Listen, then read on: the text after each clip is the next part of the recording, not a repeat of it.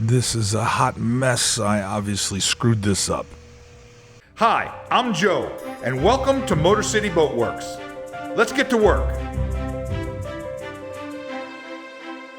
MotorCity Boat Works is not a vlog. I don't come on here every week to kind of bring you along through my journey and let you watch me vicariously work on my projects. My channel is designed to be how-to, to kind of take you through some of these projects, to tell you about some of the tips and tricks, the nuances, the things that I've learned doing these projects.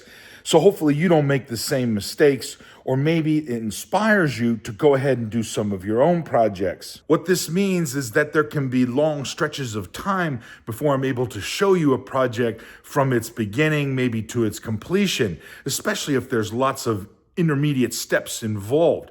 So you may notice that episodes kind of become further spaced out. You might also notice that we do some other type of episodes kind of filling in those weeks while we're waiting for some of the big projects to get done. Rest assured, there's lots of things going on inside the boat works. We got at least 2 boats that are being restored right now. I'm only one guy, and I also do all of the videos and all of the editing myself, so it's going to take a while to kind of explain everything. What I like to do is show you things that you haven't seen before. I like to cover topics that other people are not talking about on YouTube. There's no point in showing you things you've already seen. Your time's valuable, my time's valuable. Let's get to work. For the past several weeks, I've been working on doing a mock-up for the helm station on the Albin 27 pocket trawler. I need to have everything laid out at the helm so that I know where the wires are going to be run from the main electrical panel when I start hooking everything up. If you haven't seen those episodes, be sure to check them out. There's a lot of good information there. This episode is the 3rd in a series of episodes I've done. For lucky, this episode will have a moment of completion for the helm station on the pocket trawler.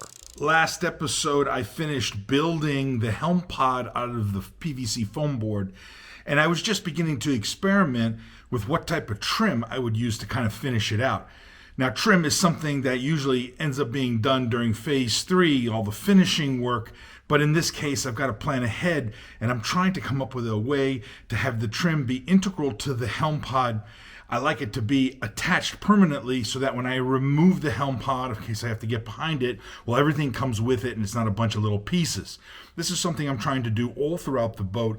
Wherever I have a bulkhead or a panel and it's removable, well, I want the trim to be able to come with it. This is a tough one. You got to think about how you're going to do this. So what I ended up doing was I took some 1/4 by 1/4 square teak trim, put a little bit of a round over edge on it so that it's kind of got a nice curved profile. And then I very carefully kind of fit the trim together all the way around the exposed edge of the helm pod. After taping everything off, I then used some epoxy to go ahead and kind of glue it in place. Tape kind of held it all together while everything set overnight. Now, I initially experimented with some 5-minute epoxy from Werks system. They call it G5. And while it worked pretty good, I found that the shop was still a little bit too cool and that it took actually longer than 5 minutes. So I decided that I'd probably just go ahead and use some thickened epoxy. But for now, Werks System 105 resin and 205 hardener mixed with some filleting blend that gives it this little bit of a dark color. That's what I use to hold the teak in place. I say it every episode, MotorCity Boat Works has no sponsors.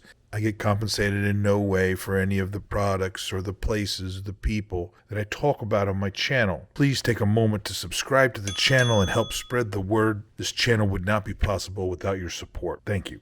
All right.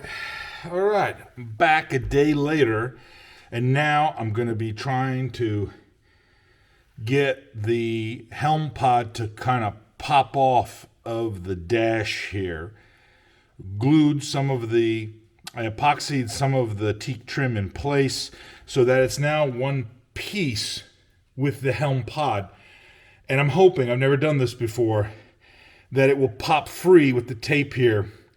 And then we can do some light sanding on it and kind of it's ready to go. So this is what it looks like. Check this out. Pull this off.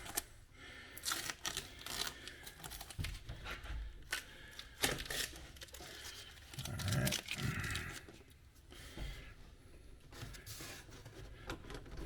Oh no.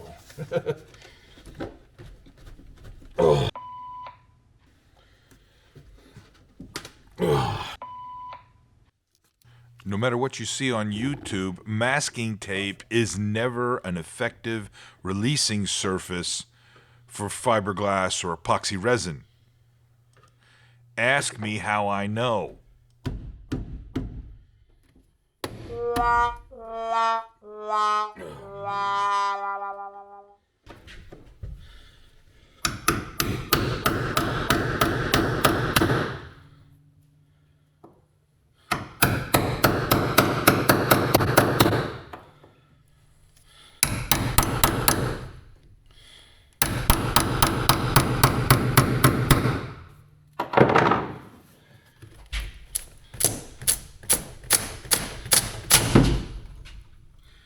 Woo! Ho-ho! Next time, use some different tape. Very lucky. All right, look at that. Ha ha! Check it out. You can see it just kind of a little bit of epoxy got through here and stuck to the tape. And that's what was holding it in place. Luckily, tape can all be cleaned up with a little bit of sanding, some fresh varnish and paint. Now we have an integrated trim on the Helm Pod. This is the same technique that I used on cockpit epoxy table and on some of my other projects. All right, today's kind of an exciting day. I've completed building the nav pod. This is going to go at the helm station. It'll hold the instruments. We got 2 instruments that are going to be installed inside this thing. Today I'm cutting out the holes for them. I'm getting all the templates set up on here and kind of dry fitting everything to see what it's going to look like. Basically, we got 2 instruments. One of them is an old reliable Garmin 498C depth sounder, color GPS, position indicator, all this good stuff. It's kind of an old reliable unit. There's not much to it. It's fairly simple, but the real piece of gear is this thing right here, which is the Simrad chart plotter radar. This is what's called the Go 9 XSE. It's an all-in-one display that kind of runs all the instruments. I want to be able to run both of these things kind of side by side because this one I want to have set on a depth sounder with a position indicator, and this one will have the chart plotting and the radar and all that other stuff. And even though they both kind of do some of the same things, it'll be nice to have 2 separate screens, so I may as well use this one. It's always a bit nerve-wracking when you start cutting into a project that you've been spending weeks on just building to get to this point. But eventually, you just gotta kind of charge ahead and get this thing done. This is no different than all of the other projects that we've done before, and now is the time where all the skills that kind of built over all this time, well, they all come together so this project can get finished. Take your time, use the right tools, think through each step, follow the checklist, do everything just the way we've done it before on all the other projects. If you do all that, I promise you it'll work out in the end. So I'm cleaning up this corner here a little bit. Sometimes it's difficult to get the radius, the jigsaw to turn the radius there. And rather than kind of chop it all up, we can use the snake to clean everything. Get right to the pencil line. All right. Schwa! Well, it's definitely not big enough, huh?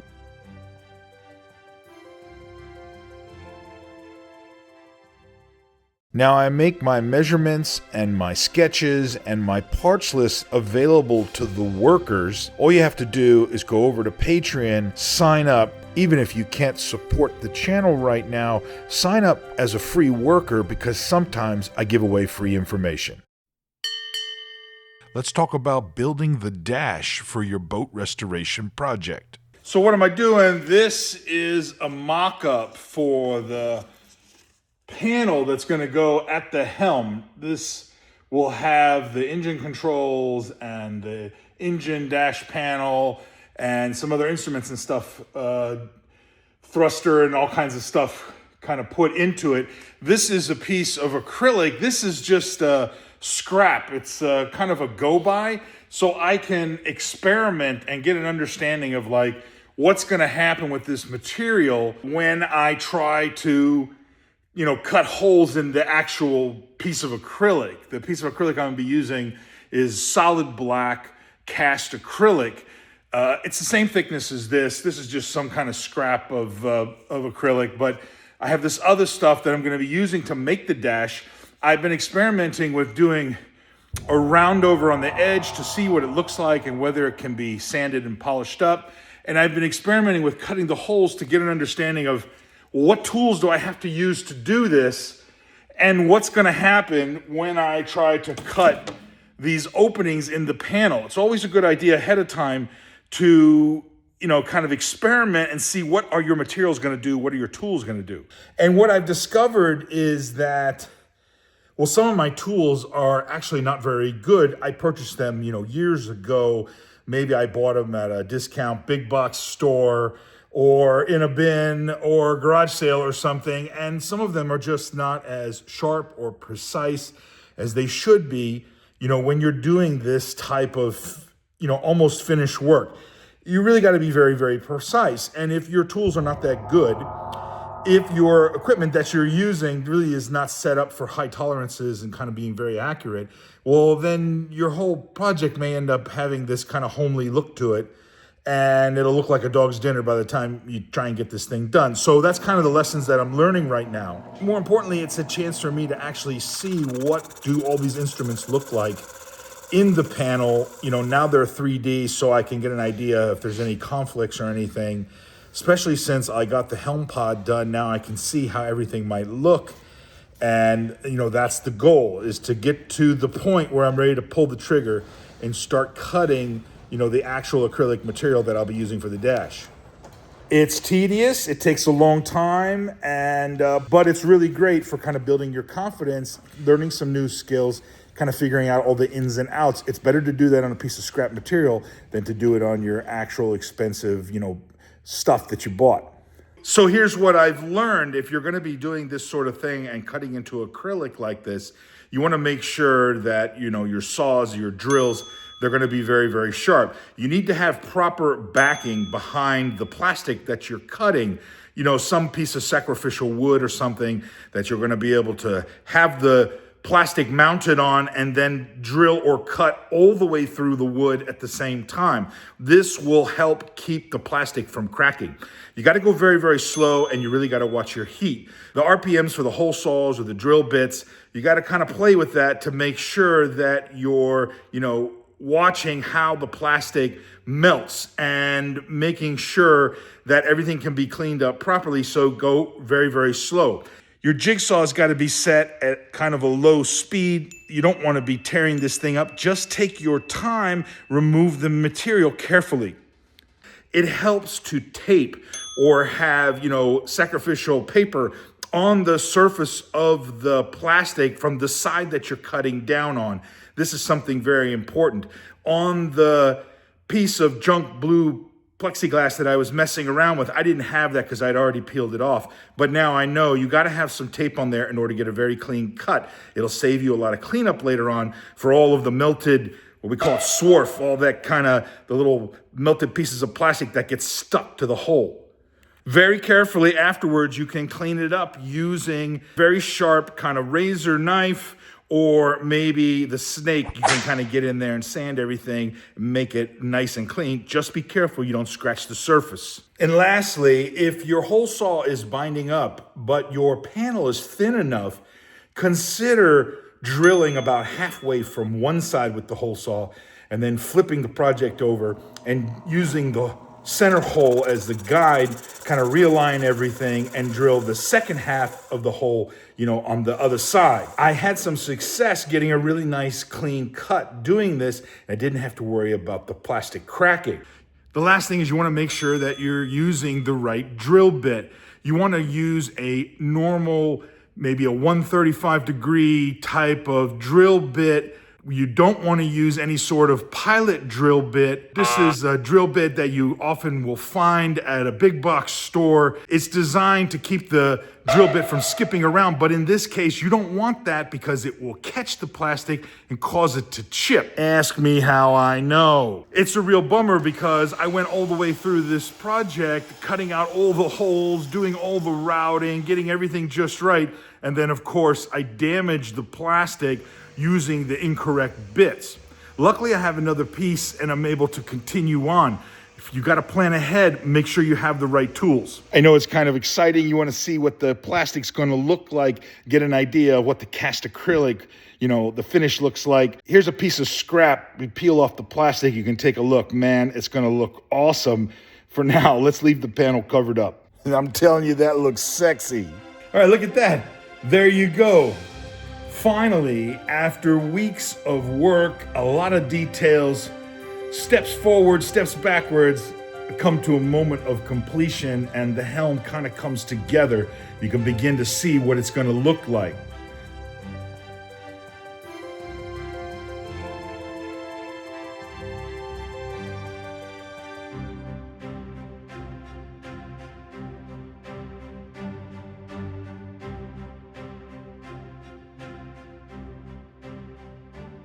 I'm slowly creeping up on the moment when I'll be able to start stringing some wire. But I can't do that until I know where the wire is actually going to be run. Where's the start point? Where's the end point? And everything in between.